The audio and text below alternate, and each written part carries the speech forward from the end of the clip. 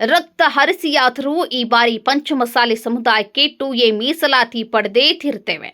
ಕೂಡಲ ಸಂಗಮ ಪೀಠದ ಜಗದ್ಗುರು ಬಸವ ಮೃತ್ಯುಂಜಯ ಸ್ವಾಮೀಜಿ ಸರ್ಕಾರದ ಲಾಠಿ ಏಟಿಗೆ ಹೆದರಲ್ಲ ಮತ್ತು ಬಗ್ಗಲ್ಲ. ಕಟ್ಟ ಕಡೆಯ ಸಮುದಾಯದ ವ್ಯಕ್ತಿಯ ಬೇಡಿಕೆಗೆ ಸರ್ಕಾರ ಸ್ಪಂದಿಸಬೇಕು. ರಕ್ತ ಹರಿಸಿಯಾದರೂ ಈ ಬಾರಿ ರಾಜ್ಯದಲ್ಲಿ 2A ಪಂಚಮಸಾಲಿ ಮೀಸಲಾತಿ ಪಡೆಯುತ್ತೇವೆ. ಜಾತಿ ಗಣತಿಯಲ್ಲಿ ಕಡ್ಡಾಯವಾಗಿ ಪಂಚಮಸಾಲಿ ಎಂದೇ ಜಾತಿ ಕಾಲಂನಲ್ಲಿ ಬರೆಸಬೇಕು.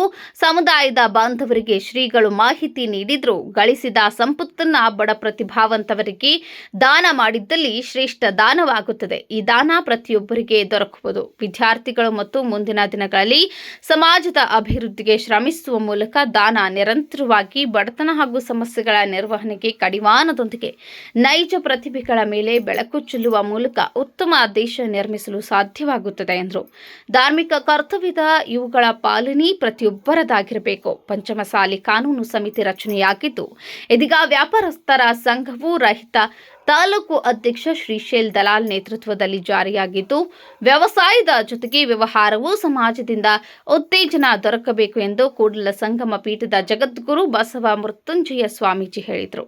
ಬಾಗಲಕೋಟೆ ಜಿಲ್ಲೆಯ ರಬಕವಿ ಬನಹಟ್ಟಿ ತಾಲೂಕಿನ ರಾಂಪುರ ಶ್ರೀ ದಾನೇಶ್ವರಿ ಕಲ್ಯಾಣ ಮಂಟಪದಲ್ಲಿ ವೀರಶೈವ ಲಿಂಗಾಯತ ಪಂಚಮಸಾಲಿ ಸಮಾಜ ಕ್ಷೇತ್ರಾಭಿವೃದ್ಧಿ ಸಂಘ ರಬಕವಿ ಬನಹಟ್ಟಿ ಹಾಗೂ ತೇರದಾಳ ಮತಕ್ಷೇತ್ರದ ಪಂಚಮಸಾಲಿ ಸಮಾಜದ ಸಮಸ್ತ ಬಾಂಧವರು ಇವರ ಸಂಯುಕ್ತಾಶ್ರಯದಲ್ಲಿ ತೇರದಾಳ ಮತಕ್ಷೇತ್ರದ ವ್ಯಾಪ್ತಿಯಲ್ಲಿ 2024 ಹಾಗೂ 25ನೇ ಸಾಲಿನ ಎಸ್ಎಸ್ಎಲ್ಸಿ ಹಾಗೂ ಪಿಯುಸಿ ಪರೀಕ್ಷೆಯಲ್ಲಿ 90 ಮತ್ತು 90ಕ್ಕಿಂತ ಅಧಿಕ ಅಂಕ ಗಳಿಸಿದ ಸಮಾಜದ ವಿದ್ಯಾರ್ಥಿಗಳಿಗೆ ರಾಣಿ ಚೆನ್ನಮ್ಮ ಪ್ರತಿಭಾ ಪುರಸ್ಕಾರ ಹಾಗೂ ವಿವಿಧ ಕ್ಷೇತ್ರಗಳಲ್ಲಿ ಸಾಧನೆಗೈದ ಸಮಾಜದ ಸಾಧಕರಿಗೆ ಸನ್ಮಾನ ಸಮಾರಂಭ ಕಾರ್ಯಕ್ರಮವನ್ನು ನಡೆಸಲಾಯಿತು.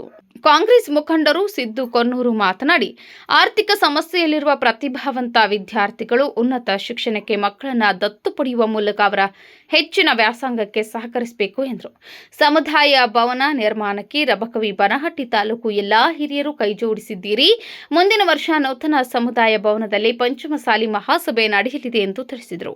ಇದೇ ಸಂದರ್ಭದಲ್ಲಿ ಅಧ್ಯಕ್ಷತೆ ಶ್ರೀಶೈಲ್ ದಲಾಲ್, ಅಧ್ಯಕ್ಷರು ವೀರಶೈವ ಲಿಂಗಾಯತ ಪಂಚಮಸಾಲಿ ಸಮಾಜದ ಕ್ಷೇಮಾಭಿವೃದ್ಧಿ ಸಂಘದ ರಬಕವಿ ಬನಹಟ್ಟಿ ದರೆಪ್ಪ ಸಾಂಗ್ಲೀಕರ್, ಜಿಲ್ಲಾಧ್ಯಕ್ಷರು ಪಂಚಮಸಾಲಿ ಸಮಾಜ ಪುಂಡಲೀಕ ಪಾಲ್ಭಾವಿ, ಬಾಬುಗೌಡ್ ಪಾಟೀಲ್, ವಿದ್ಯಾಧರ್ ಸವದಿ, ಬಸವರಾಜ ಹನ್ಗಂಡಿ, ಲಕ್ಕಪ್ಪ ಪಾಟೀಲ್, ಚಂದ್ರಶೇಖರ ಆದ್, ಬಸಪ್ಪ ಗೋಳ್, ಲಕ್ಷ್ಮಣ್ ನಿಂಬುರ್ಗಿ, ಪರಪ್ಪ ಉರ್ಬಿನ್ನವರ್ ಸೇರಿದಂತೆ ತೇರದಾಳ ಮತಕ್ಷೇತ್ರದ ಪಂಚಮಸಾಲಿ ಸಮಾಜದ ಹಿರಿಯರು ಕಾರ್ಯಕರ್ತರು ಪಾಲ್ಗೊಂಡಿದ್ದರು.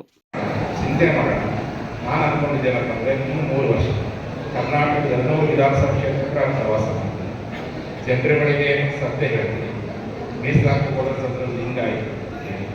ಜನ ಏನು ತೀರ್ಮಾನ ಕೊಟ್ಟು ತೀರ್ಮಾನ ಇಟ್ಕೊಂಡು 2028 ಒಳಗಾದರೆ ನಾವೆಲ್ಲ ಕೂತ್ಕೊಂಡು ಚರ್ಚೆ ಮಾಡೋಣ, ನಾವೆಲ್ಲ ತೀರ್ಮಾನ ಮಾಡೋಣ, ಏನು ಮಾಡಬೇಕು, ಏನು ನಿರ್ಧಾರ ಮಾಡಬೇಕು ಅಂತ ಪ್ರಕಟಗೊಳಿಸೋ ಕೆಲಸ